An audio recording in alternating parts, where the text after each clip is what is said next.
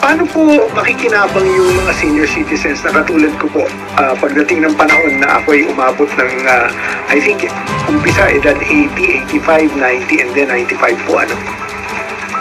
Tama po yun. At saka una po, gusto kitang i-welcome to Club 20.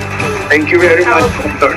Senior citizen na kagaya ko ay Club 20 po tayo. So welcome po sa club natin, 2020, dahil ito ang 20% discount. No? So, umabot po ng milestone age na 80, 85, 90, at saka 95 nang ito ay maging batas March 17, 2024, qualified po tayo. Subalit, sa kadahilanan po na ang pondo na inilaga at binigyan ng pondo ng Department of Budget and Management ay para po sa January 1, 2025 hanggang December 31, 2025.